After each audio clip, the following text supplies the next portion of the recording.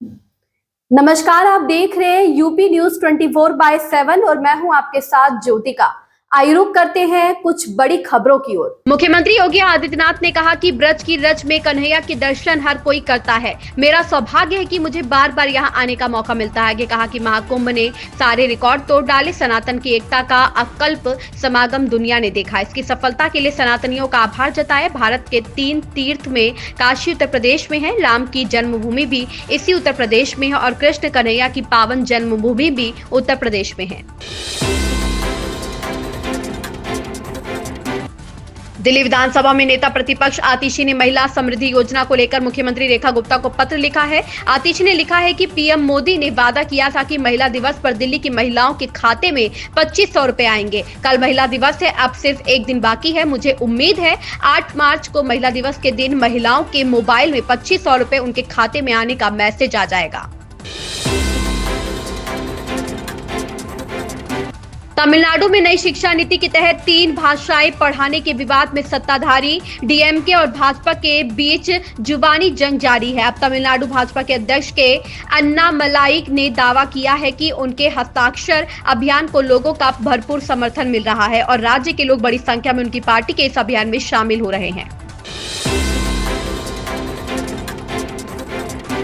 विश्वेश्वर तीर्थ मेमोरियल अस्पताल के उद्घाटन समारोह में केंद्रीय गृह मंत्री अमित शाह ने कहा, मुझे खुशी है कि कर्नाटक के मध्य भाग बेंगलुरु के हृदय स्थल में गरीबों के मुफ्त इलाज का यह आधुनिक केंद्र वर्षों तक लोगों की सेवा करता रहेगा। इसके लिए मैं मठ के सभी लोगों को बधाई देना चाहता हूँ।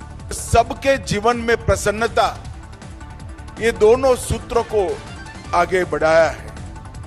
आज विश्व प्रसिद्ध उडुपी मठ, परम पूजनीय माधवाचार्य जी के साथ जुड़ा हुआ मठ, आज सेवा की उनकी जो महान परंपरा है उसमें एक और मोती जोड़कर आगे बढ़ रहा है। मुझे प्रसन्नता है कि बेंगलोर के हृदय के अंदर कर्नाटक के मध्य भाग में ये गरीब दर्दियों के लिए, समाज के निचले तबके के लोगों के लिए मुफ्त इलाज का एक आधुनिक सेंटर वर्षों तक लोगों की सेवा करेगा। मणिपुर में आत्मसमर्पण समय सीमा के दौरान 1000 से ज्यादा अवैध हथियार जमा किए गए हैं। मणिपुर पुलिस ने जानकारी दी है। जो अवैध हथियार जमा किए गए हैं उनमें सुरक्षा बलों से लूटे गए हथियारों के साथ ही अवैध रूप से खरीदे गए हथियार भी शामिल हैं, जिनमें हथगोले, machine gun, grenade, mortar, INSAS rifle और AK-56 जैसी आधुनिक राइफल्स शामिल हैं। हथियार समर्पण करने की समय सीमा गुरुवार शाम 4 बजे समाप्त हो गई। इसके बाद सुरक्षा बलों ने छापेमारी अभियान शुरू कर दिया है। पत्रिका का आरोप है कि तमिलनाडु भाजपा के अध्यक्ष के अन्नामलाई ने इसकी शिकायत केंद्र सरकार से की। पत्रिका समूह ने सोशल मीडिया पर बताया कि शिकायत के बाद से उनकी वेबसाइट पर इसके यूजर्स लॉगिन नहीं कर पा रहे थे। पत्रिका समूह ने दावा किया कि उन्हें केंद्र सरकार की तरफ से इस संबंध में कोई जानकारी नहीं मिली है।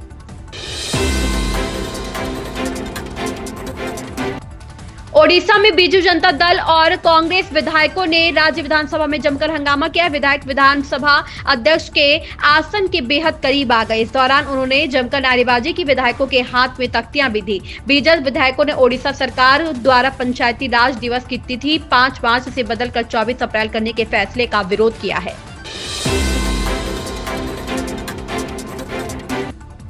केंद्रीय गृह मंत्री अमित शाह ने शुक्रवार को तमिलनाडु के मुख्यमंत्री एमके स्टालिन पर पलटवार किया। इसके अलावा उन्होंने उनसे राज्य में तमिल में इंजीनियरिंग और मेडिकल की शिक्षा शुरू करने को भी कहा। भाषा के मुद्दे, विशेष रूप से स्टालिन के हिंदी विरोध को लेकर मुख्यमंत्री पर निशाना साधते हुए शाह ने कहा कि नरेंद्र मोदी के नेतृत्व वाली सरकार ने बदलाव किए और अब यह सुनिश्चित किया है कि केंद्रीय औद्योगिक सुरक्षा बल के उम्मीदवार अपनी अपनी क्षेत्रीय भाषाओं में परीक्षा दे सकें। भाजपा सांसद दिनेश शर्मा और केंद्रीय मंत्री कृष्णपाल गुर्जर द्वारा तुगलक लेन स्थित अपने आवास की नेम प्लेट बदलकर स्वामी विवेकानंद मार्ग करने पर यूपी के सीएम केशव प्रसाद मौर्य ने कहा कि दिनेश शर्मा हमारे वरिष्ठ नेता हैं। अगर उन्होंने या किसी अन्य नेता ने तुगलक रोड का नाम बदलकर स्वामी विवेकानंद जी का नाम लिखा है तो मुझे लगता है कि दिल्ली में भी ऐसे नाम बदलने का सही समय आ गया है। श्री अखिलेश यादव जी को ये पता होना चाहिए कि समाजवादी पार्टी की सरकार नहीं है। उसने नाव चलवा करके अगर व्यापार किया है और उस व्यापार करने की बात को माननीय मुख्यमंत्री जी ने सदन में उल्लेख किया है, तो इसका मतलब यह नहीं है कि उसे अपराधों से माफी मिल गई। अपराध जो किया है उसके खिलाफ कानून अपना काम करेगा। व्यापार जो किया है उसका उल्लेख किया गया है, वो कोई गलत नहीं। मैं इसको मानता हूं कि इस तरह की बयानबाजी कहीं से भी उचित नहीं ठहराई जा सकती। वो एक खिलाड़ी हैं, देश के लिए अच्छा खेल रहे हैं और हम आज के दिन यही शुभकामना देते हैं कि 9 मार्च को जब चैंपियंस ट्रॉफी का फाइनल मैच होगा उसमें भारत के खिलाड़ी अपना सर्वश्रेष्ठ प्रदर्शन करें और चैंपियंस ट्रॉफी भारत के लिए जीत करके आएं।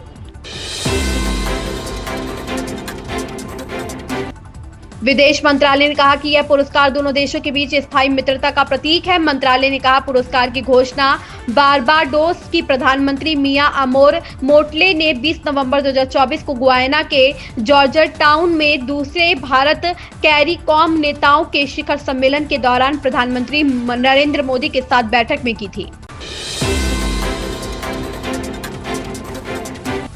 कांग्रेस नेता राहुल गांधी ने अपने 2 दिवसीय गुजरात दौरे के तहत शुक्रवार को सुबह अहमदाबाद पहुंचे। इस दौरान वे पार्टी नेताओं के साथ बैठक करेंगे। बैठक 2027 के विधानसभा चुनाव पर केंद्रित होगी। अहमदाबाद के हवाई अड्डे पर पहुंचने के बाद लोकसभा में विपक्ष के नेता पालदी इलाके में कांग्रेस की गुजरात इकाई के मुख्यालय गए। पार्टी ने एक बयान में कहा कि उन्होंने सबसे पहले पूर्व प्रदेश कांग्रेस अध्यक्षों और विधानसभा में विपक्ष के पूर्व नेताओं सहित पार्टी के वरिष्ठ नेताओं से मुलाकात की।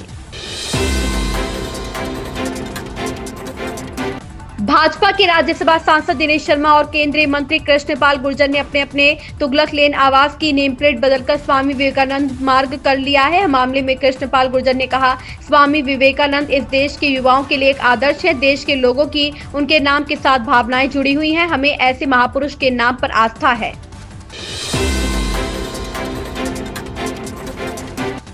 बिहार विधानसभा में विपक्ष के नेता और राजद नेता तेजस्वी यादव बिहार महिला रसोईया संघ, बिहार होमगार्ड वाहिनी और बीपीएससी अभ्यर्थियों के विरोध प्रदर्शन में शामिल होने गर्दनी बाग धरना स्थल पहुंचे। उन्होंने कहा, हम सदन में आपके मुद्दे उठाएंगे। सीएम बेहोश है, वे यह भी नहीं बता पा रहे हैं कि उनके पास कौन कौन से विभाग है। जब तक यह सरकार बदलेगी तब तक आपको अपने वैध अधिकार नहीं मिलेंगे।